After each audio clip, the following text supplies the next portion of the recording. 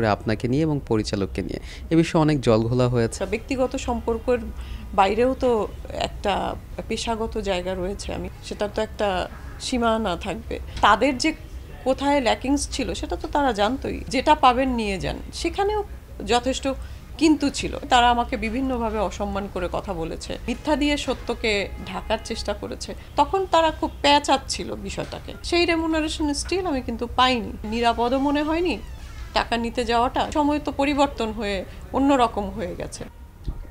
শাকিব খানের সঙ্গে আপনি দরদ সিনেমায় কাজ করেছেন, যে সিনেমাটা নিয়ে বেশ কন্ট্রোভার্সিও হয়েছে, বিশেষ করে আপনাকে নিয়ে এবং পরিচালককে নিয়ে। এ বিষয়ে অনেক জলঘোলা হয়েছে। আপনার জায়গা থেকে আপনি ক্লিয়ার করেছেন, পরিচালকের জায়গা থেকে পরিচালক ক্লিয়ার করেছেন। আসলে সমস্যাটা কোথায় ছিল যদি একটু ছোট্ট করে বলতেন। এখানে সমস্যার কথা খুব পরিষ্কার করে আমি আমার জায়গাগুলোতে বলেছি, খুব পরিষ্কার করে বলেছি তখন যে সমস্যা এগুলো। আমার সব থেকে বড় কথা হচ্ছে, একজন শিল্পী যখন কোথাও কাজ করতে যায় সব সময় টাকার জন্য নয়, এবং অবশ্যই সে তার যোগ্যতার গুণেই যায়।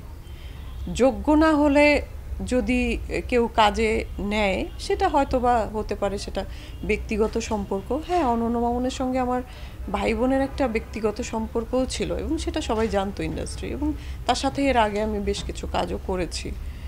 কিন্তু মানে উইদাউট এনি রেমুনারেশন আমি কাজ করেছি সব সময়।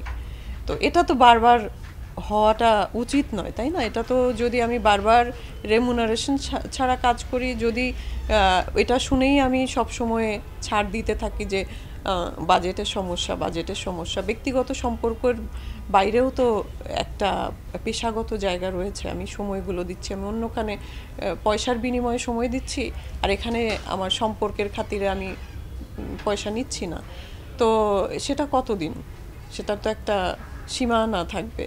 তো দরদ যখন শ্যুট হয় তখন তার আগে তার অ্যাসিস্ট্যান্টরা বলেছে যে এটা টাকা পয়সা কোনো সমস্যা হবে না, বাজেট ভালোই আছে। তো আমরাও জানি যে বাজেট ভালো আছে, কিন্তু সেই একই ধরনের মানে পরিস্থিতি দেখেছি। তাদের বাজেটের সংকট। তারা যেদিন ডাবিং নিল সেদিনও দেখলাম যে তারা, আমাদের নিয়ম আছে যেদিন ডাবিং নেয় সেদিন একটা যাতায়াত খরচ দেয় তারা।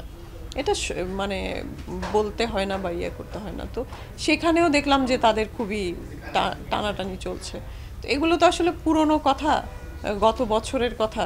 হ্যাঁ, কিছু ক্ষোভের কথা, কিছু মানে অপ্রাপ্তির কথা, মন্দ লাগার কথা। আলটিমেটলি সলিউশনটা কি হয়েছে? সলিউশনটা হয়েছে বলতে, তাদের কথা হচ্ছে তাদের, এটা তো যেহেতু আমি প্রেস মিট করেছিলাম, প্রেসের সামনে বলেছি, আমি সারা বাংলাদেশকে বলেছি, এবং তাদের যে কোথায় ল্যাকিংস ছিল সেটা তো তারা জানতোই। আমার হচ্ছে পারিশ্রমিকটা তাদের কাছে আমি প্রত্যাশা করেছিলাম। তাদের কথা হচ্ছে তাদের কাছে যেয়ে আমি যেন পারিশ্রমিক নিয়ে আসি। তো এখন আমার কথা ছিল যে বলেছে যে হিসাব করে আমাদের এখান থেকে যেটা পাবেন নিয়ে যান, সেখানেও যথেষ্ট কিন্তু ছিল। এবং আমি বলেছি যে হ্যাঁ, এটা সারা বাংলাদেশের মানুষ জেনে গেছে যে আমি কতদিন কাজ করেছি, কত আমি পাবো। এটা আপনি হতে পারে আপনি আমার কোনো অ্যাকাউন্ট নাম্বার দিচ্ছি, সেখানে দিয়ে দেন, অথবা কাউকে দিয়ে পাঠিয়ে দেন, কাগজ কলম নিয়ে আসেন, কি লাগে সিগনেচার করে দিচ্ছি, আমাকে রেমুনারেশন দিয়ে যান। তার ওখানে যাওয়া, এটা আমার জন্য তখন অসম্মানজনক মনে হয়েছে। কারণ বাই দিস টাইম তারা আমাকে বিভিন্নভাবে অসম্মান করে কথা বলেছে, বিভিন্নভাবে তারা নিজেদেরকে মানে মিথ্যা দিয়ে সত্যকে ঢাকার চেষ্টা করেছে। তখন আর তার অফিসে যে আমি টাকা আনতে যাব, আমার পারিশ্রমিক আনতে যাব, সেই পরিস্থিতি আর ছিল না। পরবর্তীতে আমি আর চাইও নি। তারা যখন ওইভাবে বলেছে যে আমার এখানে এসে, আমি বলেছি আমার অ্যাকাউন্টে দিয়ে দেন, আপনাদের হিসাবে যেটা হয় সেটাই দিয়ে দেন। হ্যাঁ, আমি আর হিসাব করছি না। আমার হিসাবে তো যেটা হবে সেটা তো আমি বলেছি, শুধু আপনাদেরকে না, সারা বাংলাদেশকে বলেছি। এটা তো আমি লুকিয়ে রাখিনি। আমি আমার ফেসবুকেও বলেছি, প্রেসকে বলেছি, আমি সবাইকে বলেছি।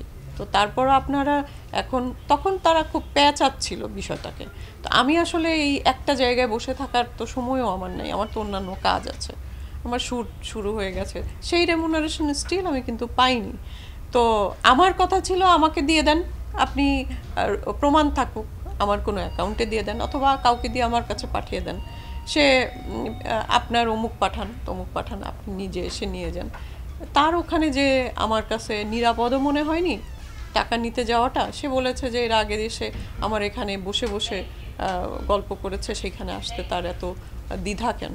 সব সময় তো আর সমান পরিস্থিতি থাকে না। তাকে তো ভাই হিসেবে ব্যক্তিগত সম্পর্কের খাতিরে আমি তো চলচ্চিত্রে কাজ করেছি, পয়সা নিইনি। সময়টা তো সেরকমই ছিল। তো সেই সময় তো পরিবর্তন হয়ে অন্য রকম হয়ে গেছে। তো এরকম একটা মানে দ্বন্দ্বমূলক একটা পরিস্থিতিতে তার অফিসে যে টাকা নিয়ে আসা, এটার জন্য আমার জন্য অসম্মানজনক এবং আমার কাছে একটু রিস্কি মনে হয়েছে, যে কারণে আমি যাইনি।